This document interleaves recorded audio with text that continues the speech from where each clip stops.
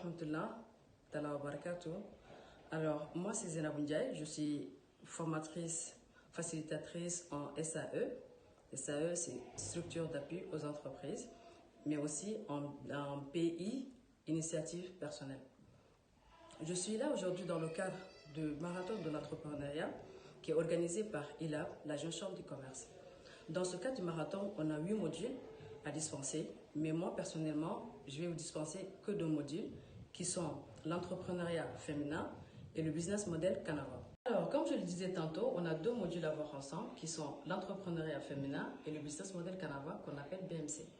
Pour aujourd'hui, nous allons voir le BMC. Et dans ce module, nous allons voir précisément ce que c'est le BMC, ce que c'est le business model Canava.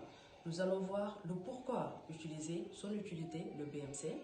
Nous allons voir ce que c'est le modèle économique d'une entreprise, mais aussi les différents segments qui composent le BMC. Alors, une petite définition du BMC. Le BMC, en fait, c'est un outil qui est adapté à la phase de création d'une entreprise ou bien pour le lancement d'un produit ou d'un service quelconque. D'accord? Le pourquoi maintenant, il est utilisé pour retranscrire ou concrétiser de manière très simple le modèle économique d'une entreprise. Alors, ça nous revient à se poser la question, c'est que c'est un modèle économique d'une entreprise. Le modèle économique d'une entreprise, c'est la manière dont une organisation crée, délivre et perçoit de la valeur. C'est ça qu'on appelle le modèle économique d'une entreprise. Nous avons vu ce que c'est le BMC, le Business Model Canava. Nous avons vu son utilité. Nous avons vu le modèle économique d'une entreprise. Maintenant, nous allons voir les différents segments qui composent le BMC. Alors, le BMC il est composé de 9 segments et nous allons voir un à un ces segments. Le premier segment, c'est le segment clientèle. Dans ce segment, ça consiste à indiquer notre clientèle cible. D'accord? Il s'agit de se poser la question, qui sont nos clients? Ça peut être un groupe de personnes, ça peut être une entreprise, ça peut être un ensemble d'entreprises qui répondent aux mêmes besoins. Donc, on doit se poser la question, quelle est leur préoccupation, quels sont leurs besoins, quelles sont leurs attentes. Parce que, qu'on se dise la vérité, quand on crée une entreprise, c'est pour, à la fin, faire une offre et percevoir de la rentabilité. Et cette rentabilité, c'est les clients qui nous l'offrent. Alors, quand il n'y a pas de clients, il n'y a pas de survie de l'entreprise. D'accord? Donc, ce premier segment, ça consiste à indiquer, à désigner les clients cibles. Ok? Donc maintenant, nous allons passer au deuxième segment, qui est le segment proposition de valeur. Qu'est-ce que nous vendons? Ce segment proposition de valeur, ça nous amène à poser la question, qu'est-ce que nous vendons et pourquoi on le vend? D'accord? Donc ça revient à l'offre, c'est-à-dire la combinaison de produits ou services, d'accord, qui répondent aux besoins. En termes de nouveautés, en termes de performance, en termes de réduction de coûts, d'accessibilité et d'utilité. Parce que toujours, comme je l'ai dit tout à l'heure, quand on veut créer une entreprise, c'est toujours pour répondre à un besoin, pour répondre à des préoccupations et aux attentes des clients cibles. D'accord? Donc, ce qu'on peut retenir ici dans cette proposition de valeur, c'est que c'est une composante indissociable avec la composante segment de client. Parce que c'est ce que nous offrons aux clients en fait. Quand on parle de clients, il y a forcément une offre qui est en aval. Ok? Donc, le troisième segment, c'est le segment canaux de distribution. Dans ce segment, ça revient à nous dire, à se poser la question, comment atteindre ces clients? Quels canaux de communication, quels canaux de vente, quels canaux de distribution il faut mettre en place? Par exemple, ça peut être des ventes en ligne, ça peut être des magasins grossistes, ça peut être le système service après-vente, ou bien les différents points qu'on met en place pour faciliter l'accès de notre offre à nos clients cibles. Le quatrième segment, c'est la relation client. Dans ce segment, les questions qu'on doit se poser, c'est quel type de relation établir avec nos clients? Quelle position adopter? Comment adapter son discours? D'accord? Quand on dit comment adapter son discours, parce qu'en fait, ce qu'il faut savoir, c'est que en tant qu'entrepreneur, le premier produit, c'est vous. C'est vous-même l'entrepreneur, le premier produit. Donc, il faut que vous ayez une idée très claire, une vision très claire de votre projet, que vous adhérez à votre projet afin de pouvoir le vendre, afin de pouvoir faire la promotion de votre idée d'entreprise à d'autres personnes. Mais si la vision n'est pas claire au sein de votre tête, c'est pas évident que les autres puissent adhérer à votre projet. Donc, c'est très important. Et aussi, il faut réfléchir à comment fidéliser les clients. Quand on parle de relation client, il y a la fidélisation, quel programme de fidélisation vous comptez mettre en place. Parce que là, vous êtes en train de faire la promotion en fait. Donc, il faut mettre toutes les chances de votre côté pour que ces clients cibles puissent adhérer à votre idée d'entreprise afin qu'ils voient le jour. D'accord? Alors, le cinquième segment, on a le flux de revenus. Nous voulons faire une entreprise, mais il faut se poser la question, d'où provient mon argent? Comment les clients comptent payer et combien ils sont prêts à payer? D'accord? Parce que vous savez, les clients, ils peuvent payer ponctuellement à l'achat ou par location. Ils peuvent faire des abonnements mensuels ou des forfaits annuels. D'accord? Donc, si c'est par prix fixe aussi, il faut le préciser. Ou si c'est des prix négociables, c'est à préciser également. Est-ce que les prix seront identiques pour tout type de client ou bien ça peut varier selon le volume d'achat?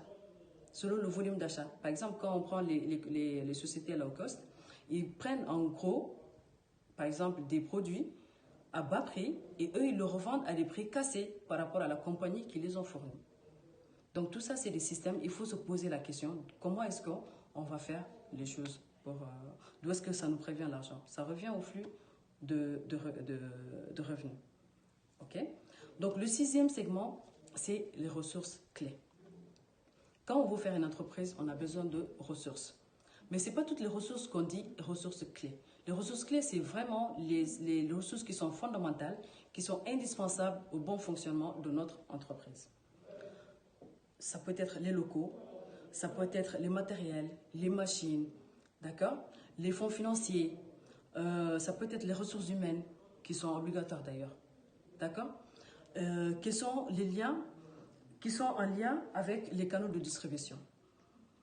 Pour savoir si une ressource est clé ou pas, on se pose la question suivante. Si je passe cette ressource, est-ce que mon activité peut se développer? Si la réponse est non, ça veut dire que c'est une ressource clé. Exemple, quand on prend par exemple les nouvelles entreprises qui ont tendance à se développer, par exemple à Nouakchott, qu'on voit le plus souvent, c'est des entreprises de livraison. Leur activité principale, c'est la livraison. Maintenant, ces livreurs, souvent on les voit sur des motos. Alors, est-ce que sans les motos, leur activité peut continuer? Donc là, c'est une ressource clé pour leur activité. Si la réponse est non, ça veut dire que c'est une ressource clé. Donc la moto, c'est une ressource clé pour les entreprises qui font des services de livraison. Parce que souvent, c'est des petites entreprises, ils n'ont pas les moyens de prendre des voitures pour la livrer ou ainsi de suite. Bien vrai qu'il y a d'autres qui font des services de livraison avec des voitures, mais ce n'est pas tous. Alors, on est au septième segment qui est les activités clés. Donc, dans cette rubrique, la question qu'il faut se poser, c'est quelles sont mes activités clés? On peut avoir une activité clé ou plusieurs activités clés. D'accord? Donc, les activités clés, c'est vraiment les activités qui sont indispensables. Indispensables à la survie d'une entreprise. Donc, il faut se poser la question, si je ne fais pas cette activité, est-ce que mon entreprise peut continuer à fonctionner? Si la réponse est non, ça veut dire que ce n'est pas une activité, ça veut dire que c'est une activité clé. Par exemple, je prends toujours l'exemple des livreurs, des services de livraison. Eux, le principal, il y a certaines, leur principale activité, par exemple, c'est de faire que la livraison. Maintenant, si ils se disent qu'ils ne vont pas faire la livraison, est-ce que leur entreprise a un sens? Il n'y a pas de sens, parce qu'eux, ils sont destinés à faire que des livraisons. Donc, ça veut dire que l'activité clé, c'est la livraison. Vous voyez un peu? Donc, c'est ça en ce qui concerne les activités clés. Maintenant, on a les partenaires clés. C'est la question qu'il faut se poser ici dans cette rubrique, c'est qui sont mes partenaires clés? Donc, ce sont les intervenants stratégiques du projet. Ça peut être les fournisseurs, ça peut être des partenaires clés, des ressources que vous allez qui peuvent procurer par exemple un partenariat. D'accord? Pour l'optimisation d'un financement ou bien pour la réduction de risques. OK? Les partenaires clés, ils peuvent être aussi des clients. Parce qu'on peut voir par exemple des revendeurs des cartes de crédit. D'accord? Souvent, les petits revendeurs, ils nouent des partenariats avec ces revendeurs. D'accord? Ils prennent du stock des grossistes et ils revendent petit à petit et à la fin, ils partent rembourser leur dû. Donc, la question qu'il faut se poser, si je n'ai pas ce partenaire, est-ce que mon activité peut continuer à survivre? Si la réponse est non, ça dit que c'est un partenaire clé. OK? Et le neuvième segment, c'est la structure de coût. Toute chose a un coût dans une entreprise. D'accord? C'est-à-dire combien ça me revient, que ce soit en termes d'activité, quelles sont les activités les plus coûteuses, quelles sont les ressources clés les plus coûteuses, d'accord? Quel est le modèle que nous allons utiliser? Est-ce que le modèle est axé sur des structures faibles, c'est-à-dire les tarifs bas, ou bien la sous-traitance, ou bien est-ce que mon produit, mon offre va être axée sur de la valeur haut de gamme? D'accord? Parce qu'il y a des produits qui sont faits pour répondre aux besoins de la classe moyenne, par exemple. Il y a d'autres, ça vise un certain nombre de bénéficiaires de haut de gamme. OK? Donc, il est important de savoir ses coûts. Et ce qu'il faut retenir, c'est qu'il ne faut pas que les structures de coûts, que les coûts soient supérieurs aux revenus. On a vu le flux de revenus tout à l'heure. Donc, il ne faut pas que les structures de coûts soient supérieures à ces revenus. Sinon, on risque d'être dans un endettement. D'accord? Et ça, ce n'est pas très cool pour un entrepreneur. Une question qui me revient très souvent, c'est la différence entre un BMC et le business plan. Le BMC, le Business Model Canava, montre en fait comment une entreprise crée de la richesse. Nous avons vu ce que c'est le modèle économique, c'est la manière dont une entreprise crée, délivre et perçoit de la valeur. OK?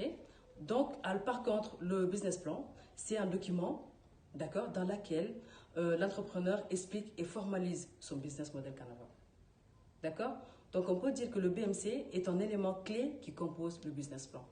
Il y a un module spécifique à ce business plan qui va vous être dispensé et vous aurez beaucoup plus d'éclaircissement par rapport à ça. En regardant le schéma du business model Canava, normalement, c'est en ligne aussi. Vous avez le segment tout en entier, le bloc en fait, les 9 blocs constitués. Donc, quand vous regardez à droite, c'est carrément les différents segments qui sont liés au client. D'accord? C'est vraiment le plan marketing. Et quand on parle de plan marketing, les relations clients, on ne peut parler que des 7 P. On ne peut pas ne pas parler des 7 P en fait, qui rentrent en jeu, c'est-à-dire le produit, le prix, la place. La place, ça peut faire référence au canal de distribution. D'accord? Il y a la promotion, parce qu'un produit, quand même, il faut faire la promotion pour la faire connaître auprès des gens. D'accord? Il y a le personnel, qui est très, très, très, très important. Il y a le processus et la preuve matérielle. D'accord? Et ce qu'il faut retenir en tant que futur entrepreneur ou en tant qu'entrepreneur, c'est que les 3 derniers P sont cruciaux pour la vie d'un entrepreneur et pour pouvoir aussi se démarquer des concurrents. OK? Donc les 3 P, c'est quoi? C'est le personnel. Le choix, il est crucial pour le recrutement du personnel. D'accord? Il y a aussi le processus. C'est la manière dont vous faites. Donc, il y a toujours un plus que vous allez faire. Il faut toujours mettre votre grain de sel, votre particularité, votre innovation. C'est important. Et la preuve matérielle, c'est cette perception que vous donnez de vous à vos clients cibles. Ça aussi, c'est fondamental. D'accord? La preuve matérielle, elle est fondamentale. D'accord? Pour que vous puissiez vous trouver votre place au sein de ce monde d'entreprise qui est en évolution. OK? Et à gauche, quand on regarde, c'est vraiment tout ce travail interne. C'est l'organisation interne. C'est les activités clés, c'est les ressources clés, c'est les partenaires clés qui nous permettent de livrer la proposition de valeur promise aux clients. D'accord? Parce que quand on parle de BMC, c'est comme une étude de marché qu'on faisait. Et c'est vraiment, il y a une promesse derrière. Il y a une promesse derrière. OK? Au client par rapport aux bons canaux, par rapport aux coûts proposés, par exemple, qui vous permettent de le vendre à des prix attendus par les clients. Parce qu'on a vu dans les flux de revenus combien les clients sont prêts à payer le produit. D'accord? Et selon le mode relationnel qui convient le mieux au client. D'accord? Donc la relation client, elle est primordiale aussi. Il faut fidéliser les clients afin que l'entreprise puisse être sur le long terme. D'accord? Alors, pour finir, si ce qui est à droite, les clients, parce que sans client, il n'y a pas d'entreprise, est fondamental, ce qui est à gauche aussi, il est fondamental. Car si vous ne savez pas, vous ne pouvez pas livrer la valeur promise. D'accord? Donc, sur ce, je vous remercie pour votre participation. D'accord? Et on se dit à bientôt pour le module sur l'entrepreneuriat féminin. Bonne soirée.